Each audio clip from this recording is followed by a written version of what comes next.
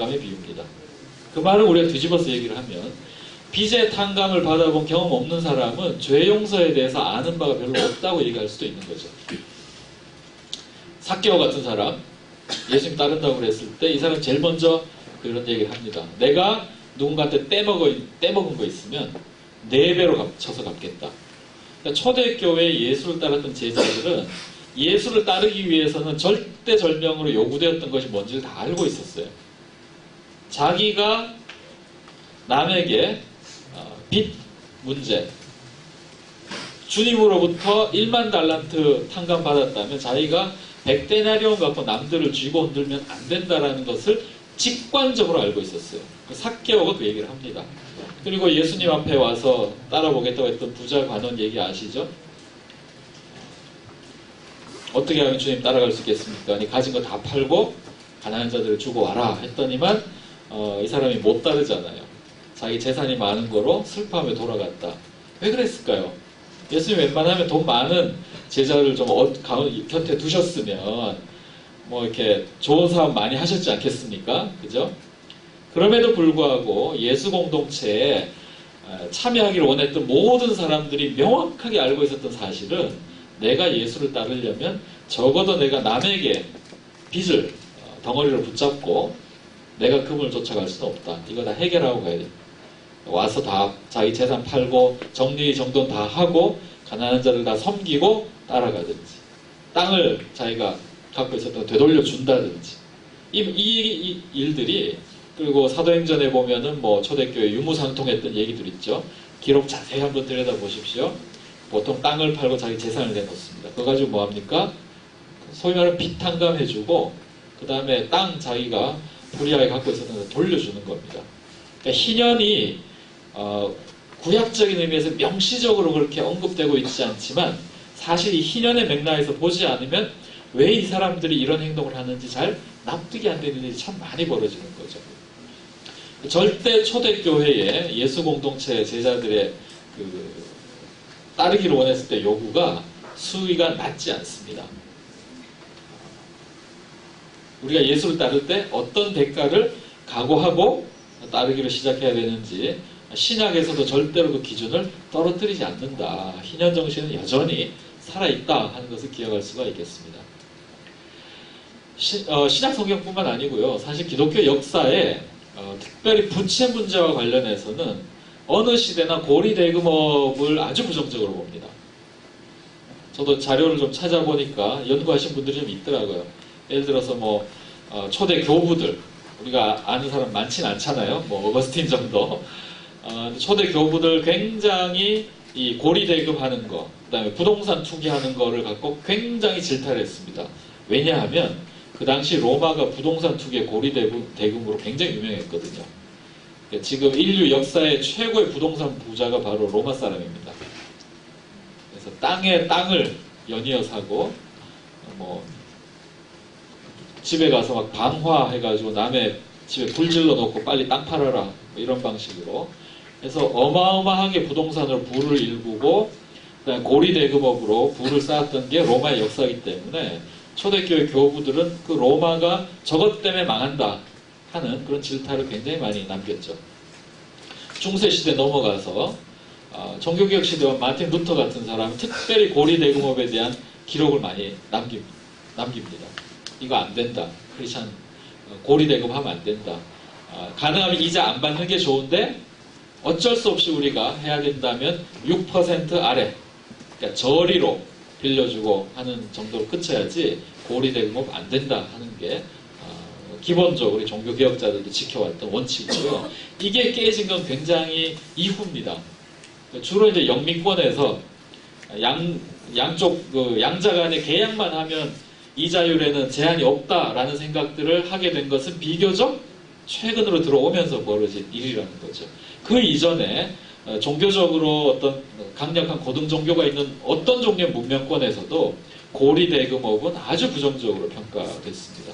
일정 수준 이상 이자를 물리는 것은 아주 나쁜 짓으로 언제나 간주가 되어 왔던 거죠. 자, 그런데 우리가 지금 살고 있는 현대 금융자본주의 사회는 빚에 빚을 권하는 세상입니다. 그래서 사람들이 이 빚을 많이 내도록 하고 그로부터 기가 막힌 어떤 수익 모델을 만들어내 가지고 아주 그 high risk, high return, 고수익으로 고위험의 고수익을 찾아내는 것이 현대 금융자본주의 아주 대표적인 수익 모델인 거죠. 여러분 혹시 이 영화 보셨는지 모르겠습니다. 뭐 우리말 번역도 다 돼 있고 여러분 쉽게 구하실 수 있으니까 한번 보시면 좋은데요. 미국의 금융위기가 일어났을 때 그 뒤에서 그 소위 몰게지, 그죠? 서브프라임 몰게지가 어떤 방식으로 미국 금융 시스템 전체를 뒤흔들었는지, 근데 그것을 굴리고 있었던 사람들이 얼마나 거기에 아무런 대책 없이 했던지를 아주 잘 보여준 영화입니다. 영화도 굉장히 재밌게 잘 만들었고요. 저도 아주 보면서 흥미롭게 봤는데 이런 종류의 시대를 우리가 지금 살고 있다 하는 거죠.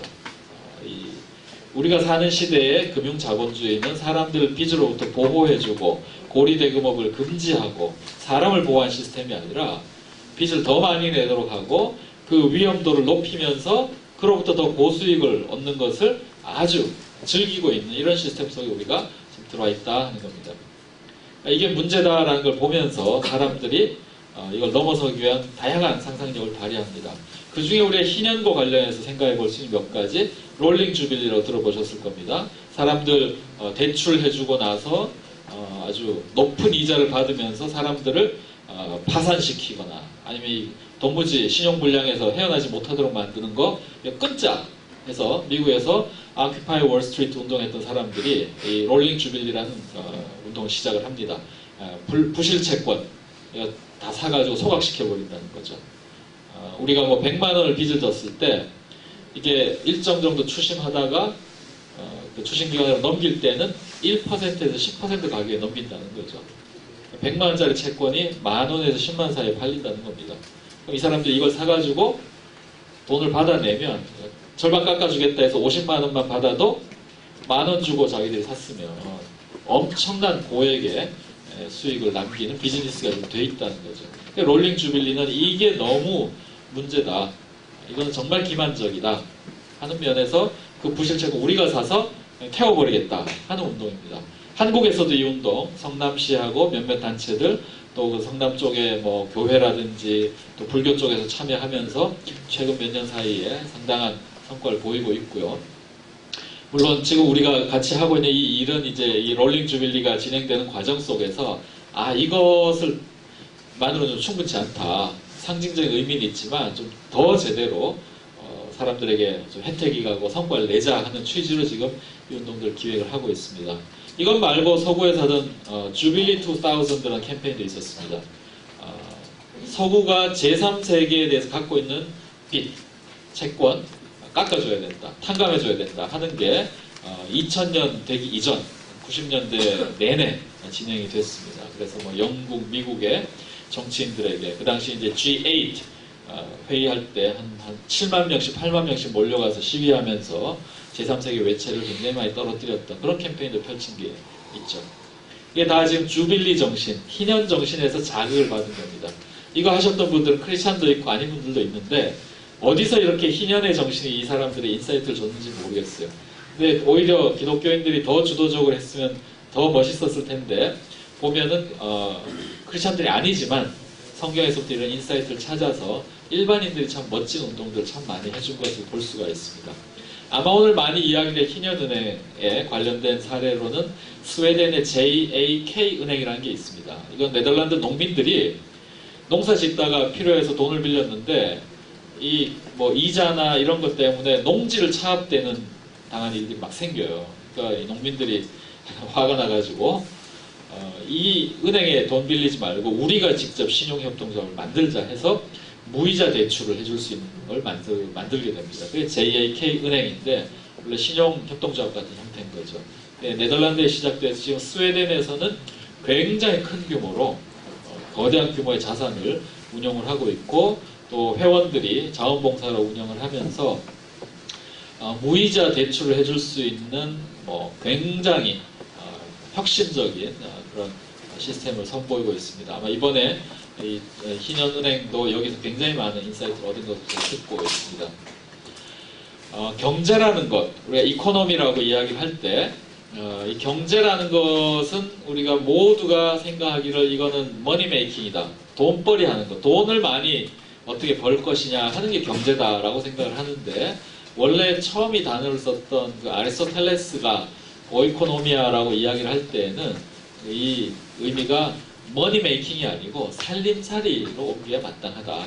우리가 어떻게 주어진 자원과 재화를 잘 활용을 해서 사람들의 삶을 규모 있게 지속 가능하게 재생산해낼 수 있도록 운영할 것인가를 공부하고 그것에 대한 감각을 얻어가는 것이 오이코노미아, 경제라는 것이다 하는 것을 학자들이 지금 일깨워주고 있습니다. 절대로 경제는 어떻게 하면은 돈벌이를 잘하고 돈을 많이 벌 것인가 하는 문제가 아니고, 이 세상 우리가 살아가기 위해서 규모 있게 경영하고 또 살림살이하는 문제와 관련이 있다. 그렇다면 경제가 제 역할을 하기 위해서는 우리가 이런 희년 정신을 갖고 우리들에게 주어진 자원들을 잘 활용하고, 또 이로 인해서 부당하게 피해당하거나 억울한 위치에 있는 사람들이 없는지를 살펴보는 일이야말로 정말 경제적인 관심사고 경제학이 제 기능을 해야 될 분야다, 이렇게 말씀을 드릴 수가 있을 것 같습니다.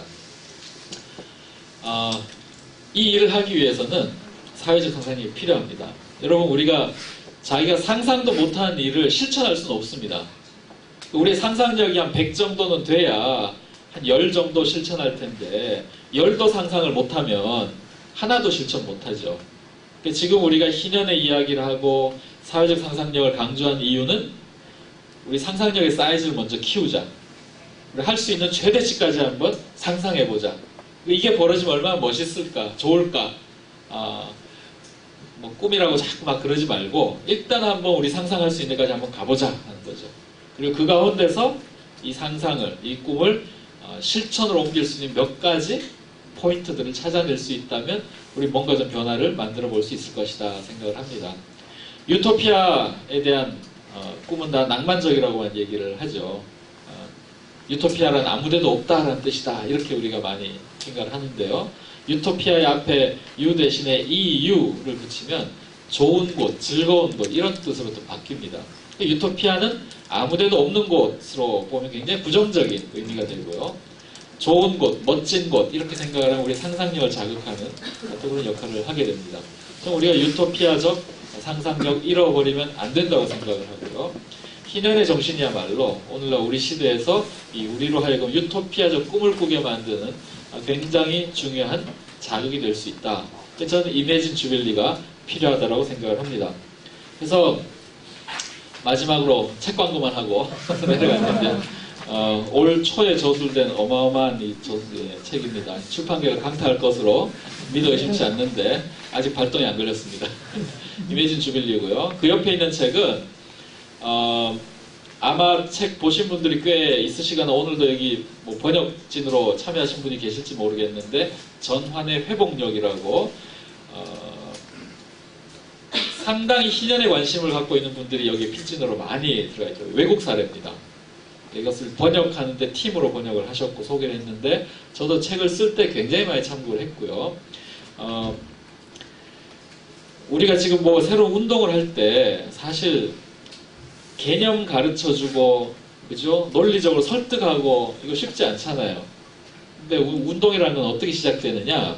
제 책에 제일 말미에도 써뒀습니다만, 테드 강좌 중에 그 내용을 다룬 게 있어요. 어떤 그 공원에 사람들이 다 일광욕하고 있는데 어디선가 음악이 하나 흘러나옵니다. 별 볼 일 없이 생긴 한 사람이 그 음악에 맞춰서 이제 막 춤을 추기 시작을 하는 거예요. 배도 똥똥하고 얼굴도 별로 그렇게 훈남이 아닙니다. 보기에 춤이 별로 그렇게 이뻐 보이지 않아요. 멋지지 않습니다. 혼자 흥겹게 그렇게 막 춤을 추는 거예요. 아마 오늘 우리도 불금에 홍대 앞에 모였으면 그래도 끝나기 전에 막 춤을 한번 추고 가야 되지 않겠나 싶은데 그냥 그러고 춤을 추고 있습니다. 사람도 관심이 없습니다. 근데 한참 있다가 무슨 생각을 했는지 엉뚱한 사람이 하나 튀어나가서 옆에서 같이 춤을 추기 시작을 해요. 역시 춤은 능하지 않습니다. 근데 아주 제멋에 겨워가지고 둘이서 하여튼 신나게 춤을 추고 있습니다.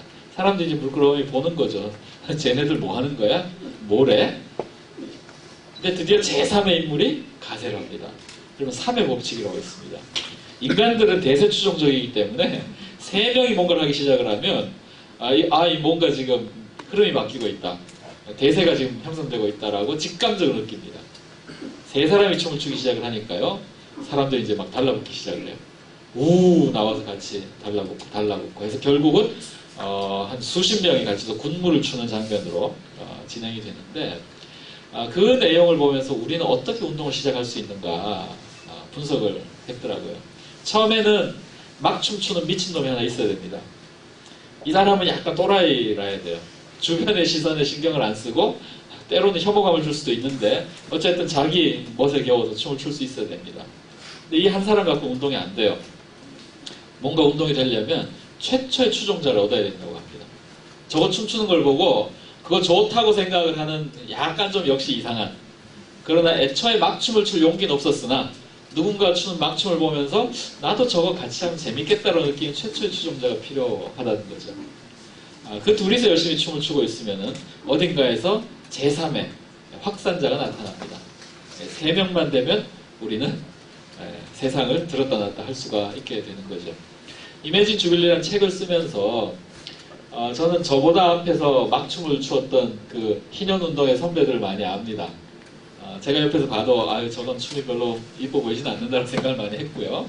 아마 이 자리에도 많이 와 계실 텐데 아마 상당히 고독하게 남들이 알아주지 않는 비트에 맞춰서 몸을 꼬아가면서 상당히 오랜 기간 춤춰 오셨던 것을 제가 기억을 합니다. 아마 저는 저 춤이 그렇게 나쁜 건 아니야라고 생각했던 첫 번째 추종자쯤이 되지 않겠나 싶습니다. 제가 이 책을 통해서 사람들이 희년 운동이라는 게 주빌리 상상해 본다는 것이 그렇게 나쁘지 않아. 한 번 정도 이렇게 옆에서 이제 자리를 깔아주는 그런 역할을 누군가 해야 되겠다. 저도 들여다보니까 희년 꽤 매력적이더라고요. 우리가 제대로 못해서 그렇지 들어가 보면 굉장히 매력적이다 하는 걸 좀 느낄 수 있었습니다. 자, 오늘 여기에 오신 분들은 제가 볼 때는 이제 제3의 확산자로 좀 나서 주셔야 될 분들이 많이 있지 않을까 싶습니다. 오늘 제 이후로도 이제 몇 분이 더 나와서 보기에 정말 난감한 막춤을 추실 가능성이 있는데요. 한번 잘 듣고 보시면서 매력이 있다면 저 춤에 나도 한번 같이 좀 끼어서 이렇게 좀 한번 흔들어 보면 좋겠다. 그래도 불금에 홍대까지 나왔는데 집에 가기 전에 한 번은 흔들고 가야지 하는 생각이 드신다면 오늘 가시기 전에 우리도 뭔가 한번 이 일대 파장을 좀 일으키고 돌아갈 수 있으면 참 좋겠다는 생각이 듭니다. 이매진 주빌리, 오늘 다 같이 희년을 상상하는 시간이 됐으면 좋겠습니다. 감사합니다.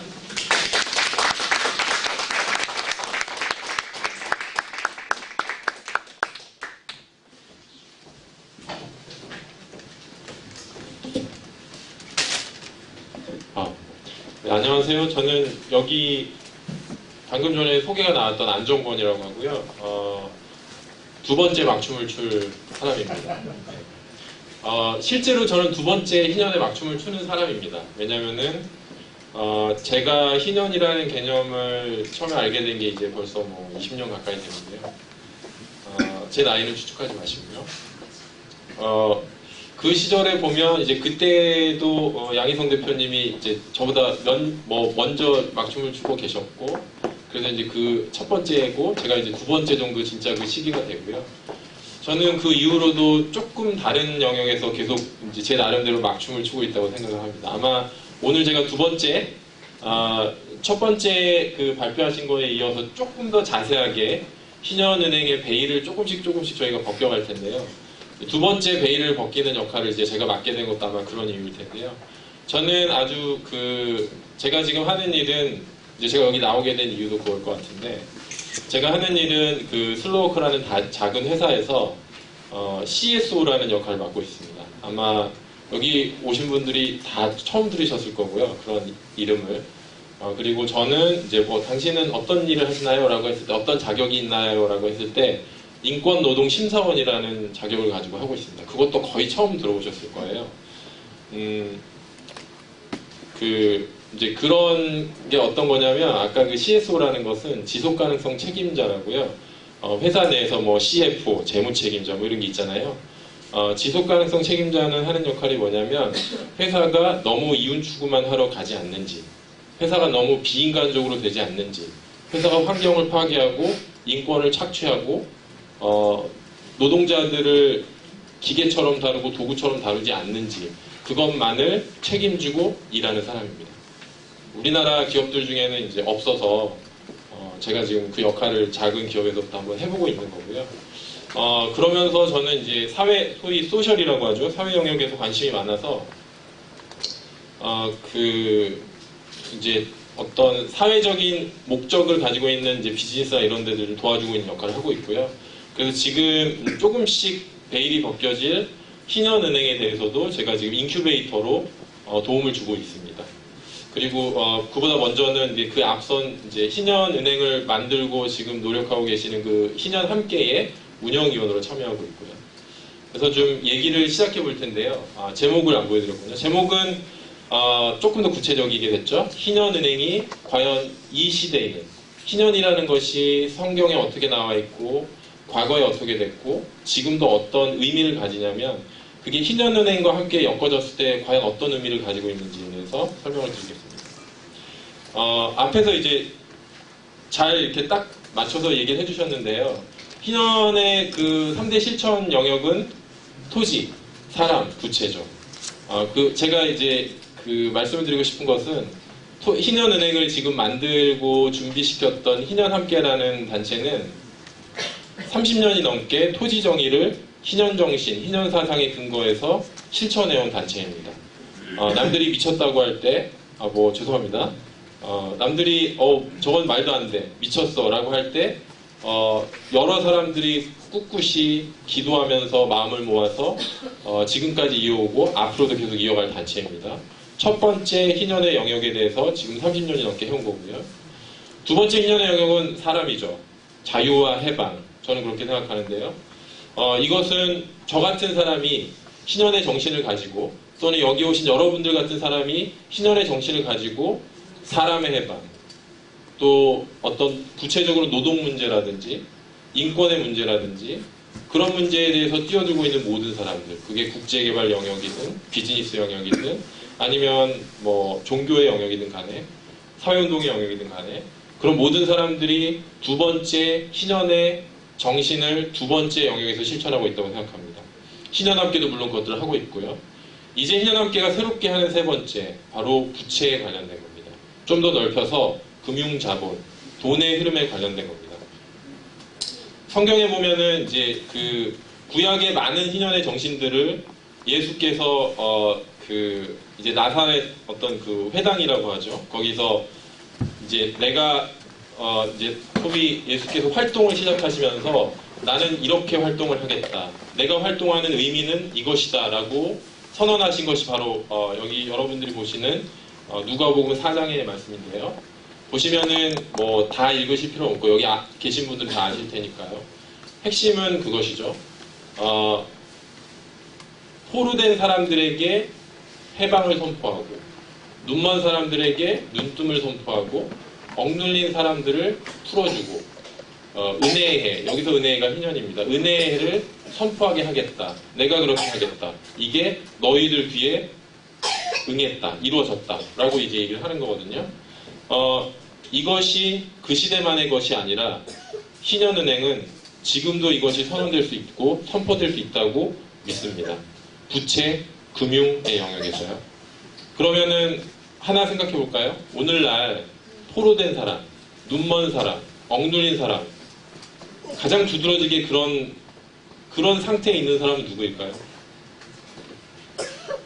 7포 세대라고 들어보셨나요? 아시죠? 7포 세대. 7가지가 뭔지 혹시 아시는 분 계세요? 3포 세대부터 해볼까요? 3포. 연애, 결혼, 취업, 결혼, 출산. 거기서 2개 더하면 5포. 아까 처음에 방인성 목사님께서 이제 스토리를 얘기해 주신 거에 다 포함되어 있습니다. 방인성 목사님이 해오셨던 거를 다 포기하면 7포 세대거든요. 네. 3포에 플러스 2포는 집, 인간관계입니다. 거기에 2개를 더 포기합니다. 방인성 목사님이 제일 강조하셨던 것 같은데요. 꿈과 희망을 포기합니다. 이 시대에 그런 그룹이 있다는 거죠. 그런 그룹에게 주거 형태는 뭘까요? 이건 실제 기사에 나오는 건데요. 그런 그룹이 처음으로 독립해서 가지게 되는 주거 형태, 지옥고라고 합니다. 뭘까요? 지하방, 옥탑방, 고시원. 7가지를 포기하고 저 3곳에서 사는 오늘날의 청년들. 앞에 있는 성경 말씀을 한번 생각해 보시면 저들에게 뭐가 있을까요? 저들에게 삶은 어떤 걸까요? 희년은행은 저들의 삶에 들어가서 저들 앞에 들어가서 희년을 선포하고 싶은 마음이 그 마음을 강하게 가지고 있는 은행입니다. 오늘날 청년이라는 그룹은 다 그렇진 않겠지만 청년이라는 그룹은 단지 그 몇백만 원, 1000만 원의 그 학자금 대출로 인해서 30%에 육박하는 고금리에 빚에 허덕이게 되는 그런 사람들이 너무나도 많고요. 30만 원, 40만 원 되는 월세 또는 몇백만 원 되는 전세금이라고 할까요? 임대료라고 할까요? 그런 부분들을 하지 못해서 지옥고에 거주하는 사람들이 많습니다. 세 번째, 이들에게 그러면 장래는 나아진다고 보장할 수 있는 일자리가 있을까요? 일자리가 더욱더 열악해지는 거 여러분들이 아시겠죠? 오늘날의 청년들은 정말 억눌린 사람들입니다. 희년은행은 이 억눌린 이 시대의 청년들에게 희년을 전하는 은행이 되겠다라는 어떻게 보면 다부진 각오를 가지고 이제 시작하는 거거든요. 이거를 조금 더 자세하게 말씀드리면 희년은행은 사전에 많은 이제 논의를 하고 있고 지금도 하고 있는데요. 희년은행 왜 존재해야 하는가? 라는 것에 대해서 피상적이지만 이렇게 결론을 내봤습니다. 대안적 금융 시스템을 통해서 희년사회를 구현한다.